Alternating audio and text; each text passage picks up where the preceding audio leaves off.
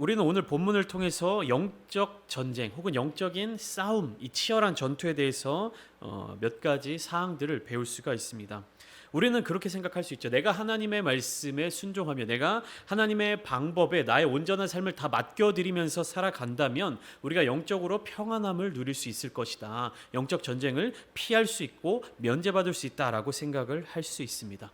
하지만 우리가 바르게 깨달아야 하는 것은 무엇이냐면 가장 강렬한 영적 전투를 치르는 사람들은 누구보다도 하나님의 말씀, 하나님의 그 길을 따라가는 사람들이라는 사실입니다.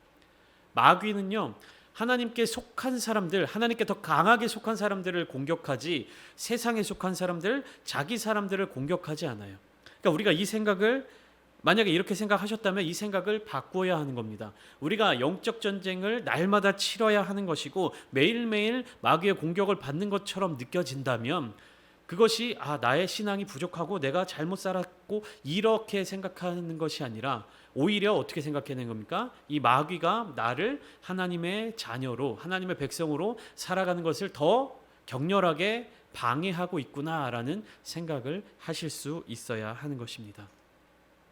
물론 우리가 하나님의 말씀에 온전히 순종하지 못하기 때문에 우리에게 닥치는 어려움들이 있습니다.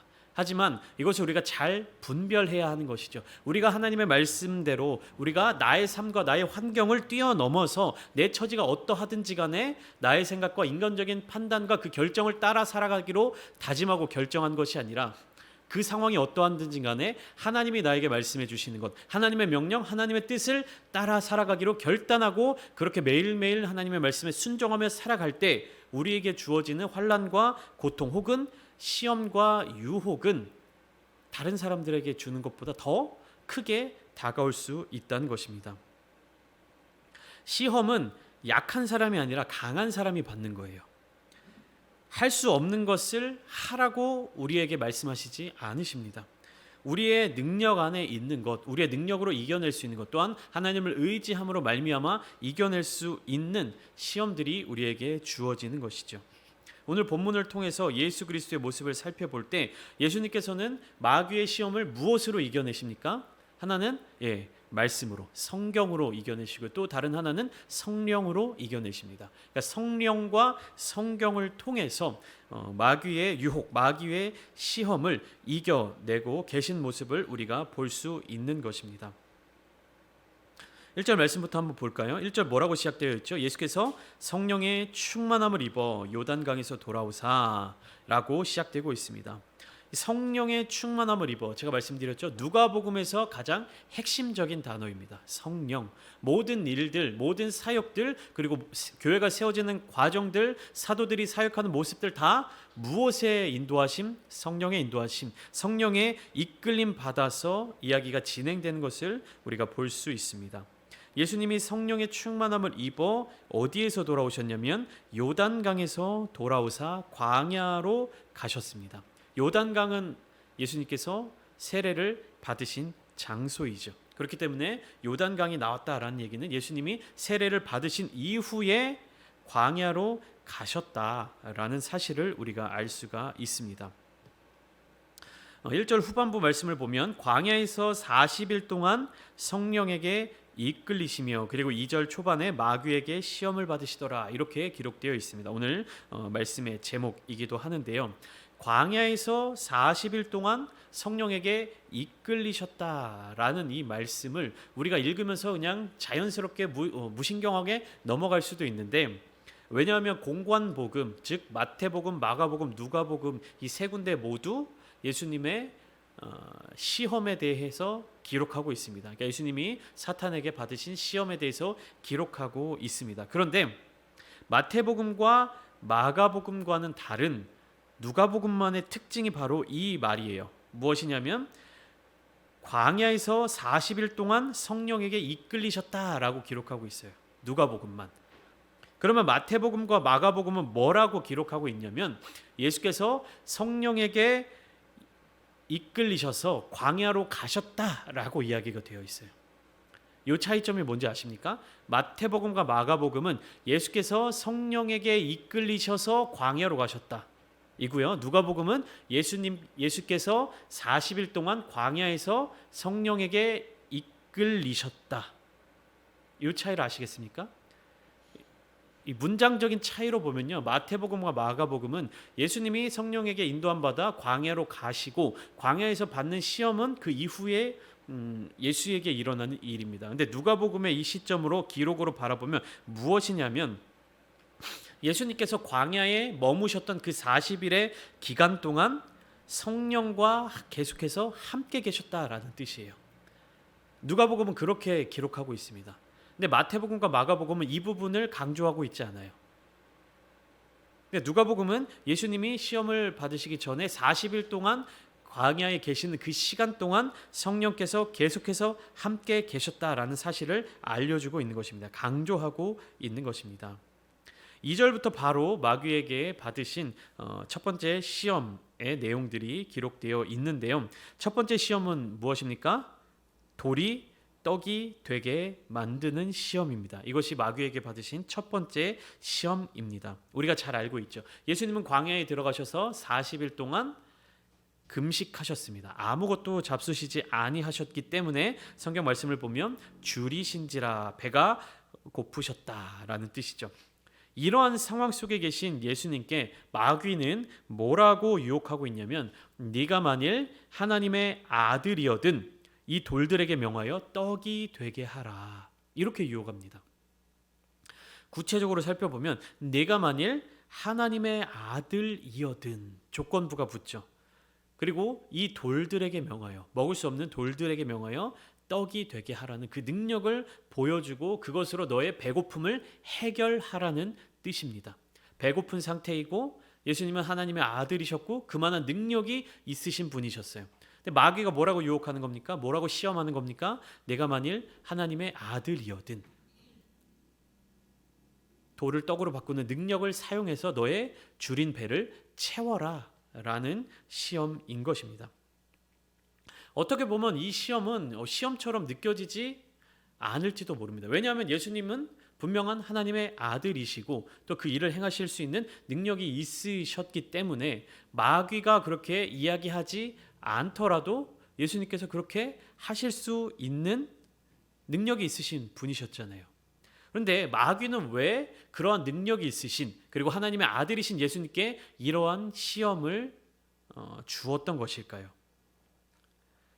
이 시험의 핵심은 무엇이냐면요.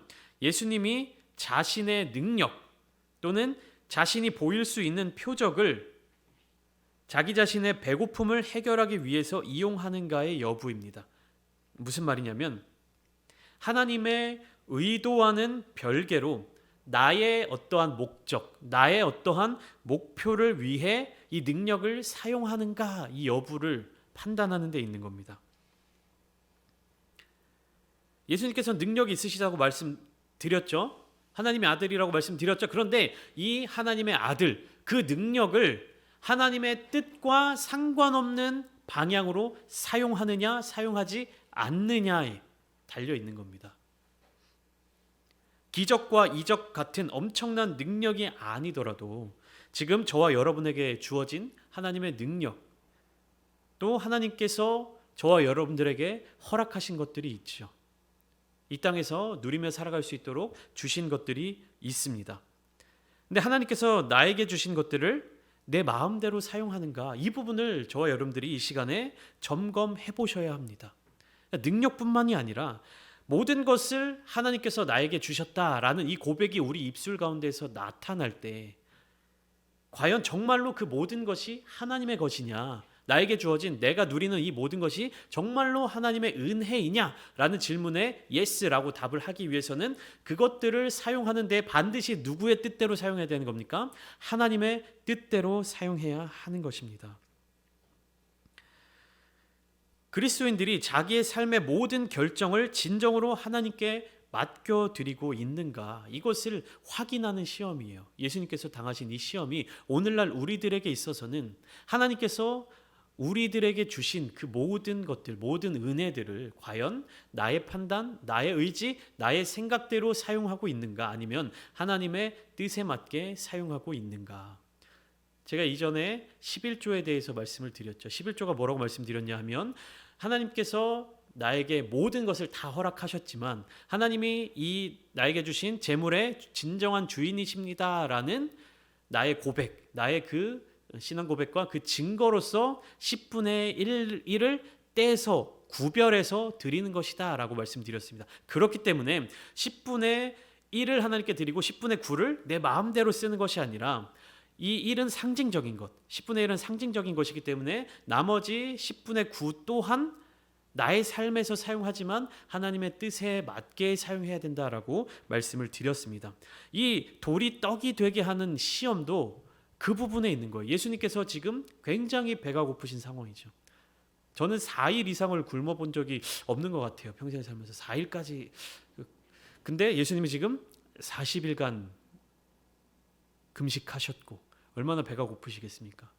그런데 이 상황 속에서도 하나님의 뜻과 상관없이 그 능력을 사용하지 않으신다는 말씀이에요.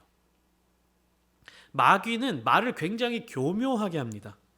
뭐라고 이야기합니까? 내가 만일 하나님의 아들이어든 이렇게 시작해요. 그러면 우리가 이 말을 들을 때 어떤 생각이 드냐면 마귀가 내건 조건대로 하는 모습을 보여줘야 내가 하나님의 아들인 것처럼 생각하게 만든다는 겁니다. 마귀가 말한 대로 할 수 있어야 하나님의 아들임을 증명하는 것처럼 보여지는 거예요. 야, 네가 하나님의 아들이면 이 돌을 떡으로 만들어서 먹어.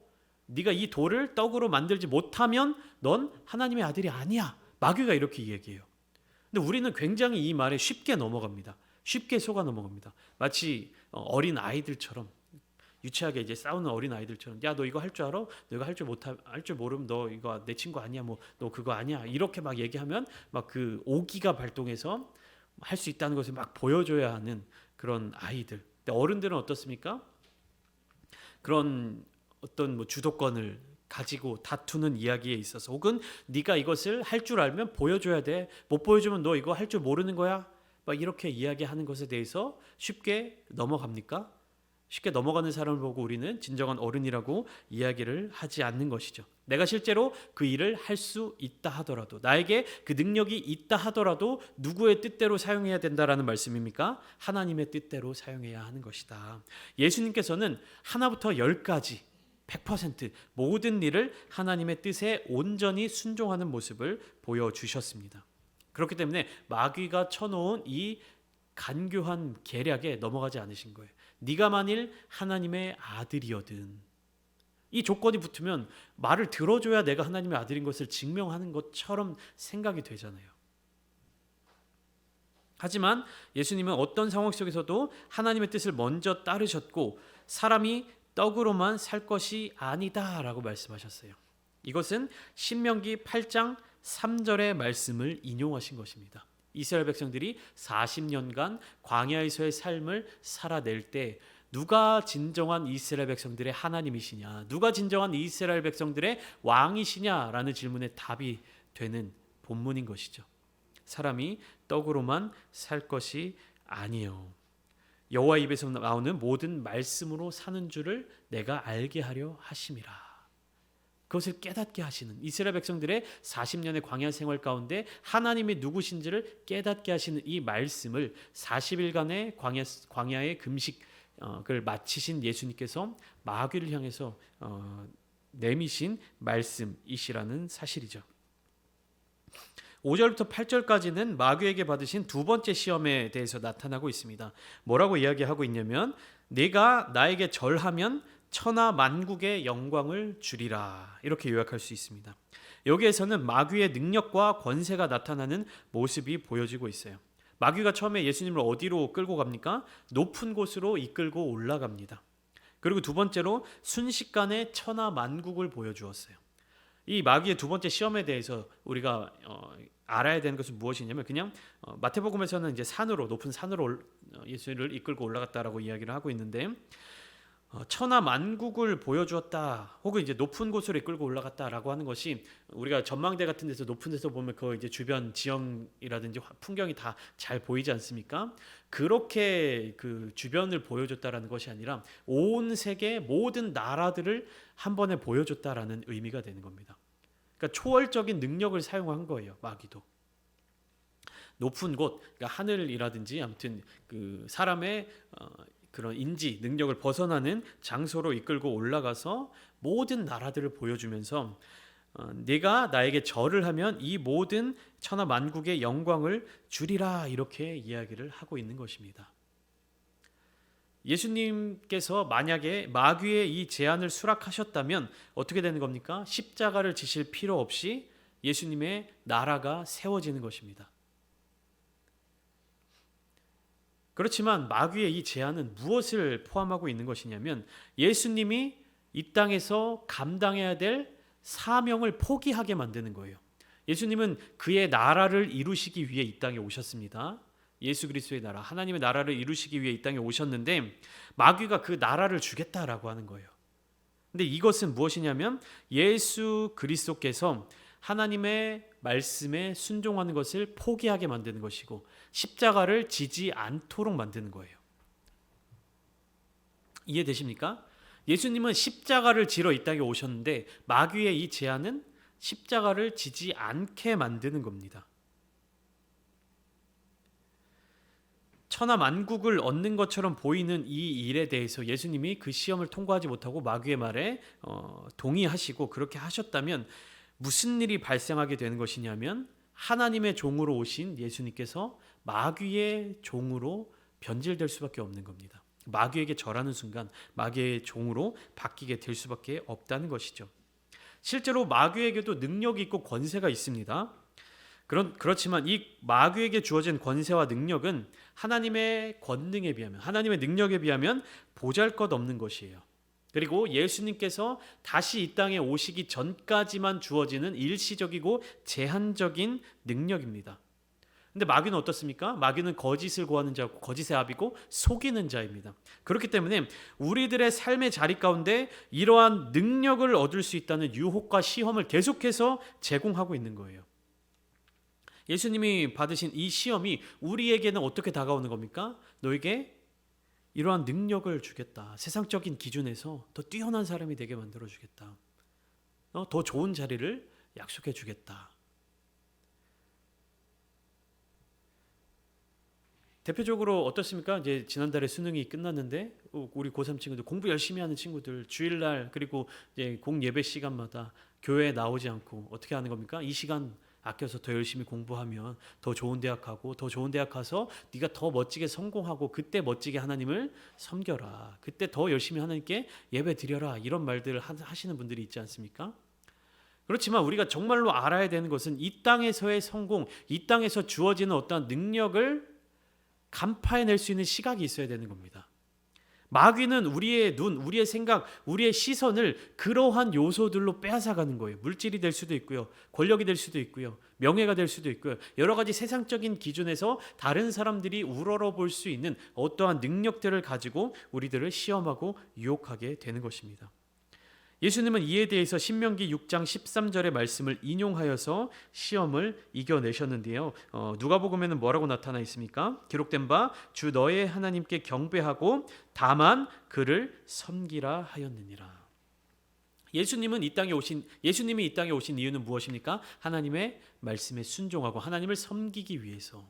예수 그리스도를 뒤따르는 우리의 삶의 목표, 인생의 목표 또한 무엇이 되어야 합니까? 하나님께 경배하고 하나님만을 섬기는 것.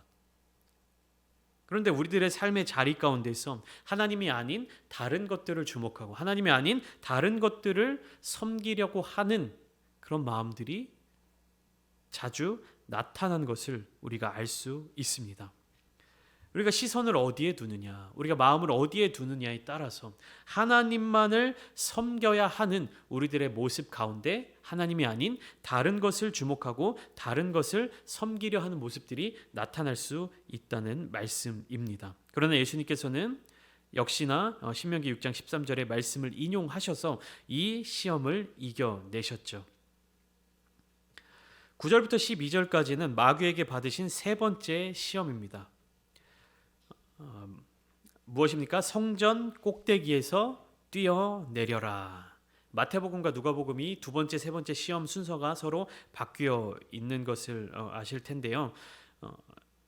마태복음에서는 두 번째 시험이었던 것이 이 누가복음에서는 마지막 세 번째 시험으로 등장하고 있습니다. 마지막으로 마귀는 예수님을 예루살렘 성전 꼭대기에 세우고 예수님을 시험하죠.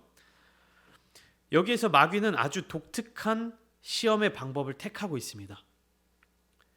마귀가 예수님을 시험하는데요. 무엇을 인용하고 있습니까, 지금? 성경 말씀을 인용하고 있어요, 마귀가. 사탄이 예수님을 시험하는데 성경 말씀, 성경의 기록을 인용해서 예수님을 시험하고 있어요. 마귀는 먼저 첫 번째 시험과 마찬가지로 네가 만일 하나님의 아들이거든 이라는 말로 시작합니다. 그리고는 여기에서 뛰어내려도 다치지 않을 것이라는 말을 성경을 인용해서 이야기하고 있어요. 뭐라고 이야기하냐면 10절, 11절을 보면 기록되었으되 하나님이 너를 위하여 그 사자들을 명하사 너를 지키게 하시리라 하였고 또한 그들이 손으로 너를 받들어 내 발이 돌에 부딪히지 않게 하시리라 하였느니라. 이게 뭐냐면 시편 91편 11절과 12절 말씀에 나타나고 있는 성경입니다. 근데 이 말씀을 누가 지금 이야기를 하고 있는 거예요? 마귀가 예수님에게 성경 말씀을 인용해서 이렇게 해도 돼. 네가 만일 하나님의 아들이거든 이렇게 해. 왜? 성경에 그렇게 나와 있잖아. 성경에 이렇게 나와 있으니까 네가 이 일을 행해도 괜찮은 거야. 네가 이것으로 하나님의 아들인 것을 증명해라라고 이야기를 하고 있습니다. 여러분, 이 부분을 우리가 주목해서 봐야 합니다. 마귀는요, 우리를 넘어뜨리고 우리를 시험에 빠뜨리기 위해서는 무엇도 이용하는 겁니까? 하나님의 말씀까지도 이용한다는 거예요. 그러니까 하나님의 말씀을 우리가 정확하게 알아야 되고 정확하게 분별할 수 있어야 이 시험에 넘어가지 않을 수 있는 것입니다. 우리가 성경에 대해서 정확하게 알고 있지 못하다면, 성경에 담겨져 있는 하나님의 그 깊으신 뜻을 알지 못한다면 무슨 일이 발생하는 겁니까? 신천지와 같은 성경을 자기 멋대로 해석해서 하나님의 뜻이 아닌 자기의 뜻대로 만들어 가려고 하는 그런 사람들, 그리고 그러한 마귀의 관계에 넘어갈 수밖에 없는 겁니다. 성경을 이렇게 해석하면 우리에게 더 편안하고 우리에게 더 많은 축복을 내려주는 것 같은 말씀. 그러나 본질적으로 보면 무엇입니까? 하나님의 마음, 하나님의 뜻이 거기에 어떻게 담겨져 있는지를 바르게 깨달아 알아야 한다는 겁니다. 시편 91편 11절과 12절의 말씀을 오늘 본문 누가복음 4장 9절부터 10절까지 마귀가 이야기한 것처럼 이렇게 기록을 하면 우리는 이러한 삶을 살아갈 수밖에 없게 되는 거예요. 하나님께서 너를 위하여 그의 천사들을 명령하사 너의 모든 길에서 너를 지키게 하심이라. 또한 그들이 손으로 너를 받들어 내 발이 돌에 부딪히지 않게 하시리라. 시편 기자가 하나님을 찬양하면서 고백한 이 성경 말씀을 마귀가 가져가서 사용하면 어떻게 되는 겁니까? 하나님을 이용하게 만드는 겁니다. 하나님의 능력을 이용하게 만드는 거예요. 내가 하나님의 말씀에 순종하고 내가 하나님의 뜻을 따라가고 내가 하나님의 종이 되기 위해서 성경 말씀에 순종하며 나아가는 것이 아니라 성경 말씀을 인용하여서 하나님을 나의 종처럼 하나님께 나의 어떤 의도를 적용시키는 그러한 모습을 가질 수밖에 없다는 겁니다. 물론 약속의 말씀, 하나님께서 우리에게 주신 그 약속의 말씀을 하나님께 다시금 되뇌이면서 하나님 우리를 지켜주시고 하나님 우리를 회복해 주시고 우리에게 은혜 내려주십시오 라는 간구의 기도는 할 수 있지만 이 성경을 우리가 이용하여서 하나님을 조종하려고 들면 안 된다라는 것입니다. 성경 말씀은 우리가 하나님의 자녀로서 하나님의 백성으로서 하나님의 종으로서 순종하기 위한 목적으로 읽어지고 목적으로 사용되어져야 하지 그것을 나의 이익을 위해서 나의 어떤 유익을 위해서 나의 목적을 위해서 이렇게 악용하게 되면 안 된다라는 것입니다. 이 부분에 대해서도 예수님께서는 주 너의 하나님을 시험하지 말라라고 말씀하시면서 마귀의 잘못된 성경 인용에 대해서 올바른 성경 인용으로 대답하고 계시는 것입니다.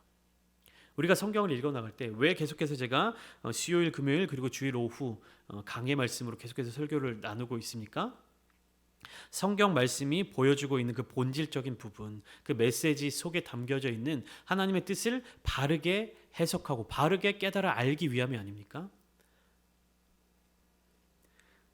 우리가 성경을 쭉 읽어 나가면서 그냥 익숙하게 우리 어떤 교회 신앙생활 내에서 느껴졌던 것, 그렇게 이야기됐던 자연스럽게 생각해 왔던 것들 중에 잘못된 정보들이 있었다는 사실을 우리가 그동안 강해 설교를 통해서 얼마나 많이 배웠습니까? 잘못 적용하고 있었던 부분들에 대해서 우리가 얼마나 많이 바로 잡았었습니까? 그러니까 말씀을 보는 눈이 여러분들이 열리셔야 되는 겁니다. 무엇으로 열려야 되는 겁니까? 성령의 인도하심과 하나님의 말씀으로. 예수님께서 마귀의 시험을 이기신 두 가지 무기가 바로 여기에 있는 겁니다. 성령과 성경. 마지막으로 우리 13절 말씀을 주목하여 보았으면 좋겠습니다. 13절에 이렇게 기록되어 있죠. 마귀가 모든 시험을 다 한 후에 얼마 동안 떠나니라. 마귀가 모든 시험을 마친 후에 떠났다라고 이야기하는 것이 아니라 얼마 동안 떠나니라라고 이야기하고 있어요. 이것은 무엇이냐면 언젠가 다시 돌아온다는 의미입니다. 시험이 한 번으로 끝나지 않는다는 얘기예요. 성경 속에서 공식적으로는 언제 마귀가 다시 예수님을 시험하러 옵니까? 방해하러 옵니까? 가룟 유다에게 들어갔을 때. 그래서 예수를 배반하게 만들므로써 다시 공식적으로 나타나고 있죠. 근데 비공식적으로는 어떻게 나타나고 있습니까? 예수님의 공생의 사역을 계속해서 방해하는 무리들이 있었죠. 바리새인들과 서기관들, 사두개인들, 예수님의 적대자들의 온갖 활동 속에서 계속해서 나타나고 있는 것을 우리가 알 수 있습니다. 오늘 본문부터 시작해서 계속해서 누가복음을 통해서 나타나고 있는 마귀, 그리고 마귀의 온갖 종류의 이 시험들, 이 유혹들이 예수님에게 다가왔지만 예수님은 여기에 넘어가지 않으셨습니다. 그렇기 때문에 사탄은 예수님으로부터 물러날 수밖에 없었습니다. 또한 말씀드렸던 것 같이 예수 그리스도의 공생의 사역들은 시험으로 가득했지만 예수님은 하나님께 대한 절대적인 순종, 하나님께 대한 절대적인 믿음으로 말미암아 오히려 사탄의 관계를 역전시키셨죠. 사탄은 가룟 유다를 배반시키게 만듦으로써 예수를 죽여서 하나님의 그 사역이 멈추는 것을 목표로 그 일을 이루었습니다. 근데 예수님이 십자가에 달리시는 그 하나님의 뜻에 온전히 순종함으로 어떻게 되는 겁니까? 예수님이 죽음을 이기시고 마귀의 관계를 물리치시고 역전하셔서 하나님의 놀라운 뜻을 이루셨다라는 사실을 우리는 알 수 있는 것입니다. 첫 번째 아담, 창세기에 나타나는 첫 번째 아담은 뱀의 유혹에 넘어가서 하나님과의 모든 관계가 끊어지게 되었지만 두 번째 아담, 마지막 아담이신 예수 그리스도는 마귀의 모든 시험을 다 이기시고 승리하셨습니다. 우리는 믿음의 주요 온전하게 하시는 이인 예수 그리스도를 바라보며 온전한 기쁨을 누려야 할 것입니다. 저와 여러분들의 삶의 자리 가운데 계속해서 나타나고 있는 사탄 마귀들 분별하셔야 되고요. 분별하셔서 그 시험을 이기셔야 합니다. 오늘 이 시간 함께 기도하실 때에 우리가 온전하신 그 주님, 우리를 앞서 마귀의 모든 유혹과 시험을 이겨내신 주님을 기억하면서 주님의 그 능력을 기억하면서 우리도 성령 충만함으로 또 성경 말씀을 붙들므로 말미암아 하나님의 놀라우신 뜻에 함께 동참하고 함께 동역하는 거룩한 주의 백성들이 다 되시며 또 하나님께서 베풀어 주시는 놀라운 은혜들을 충만하게 누리며 살아가시기를 주님의 이름으로 축원합니다.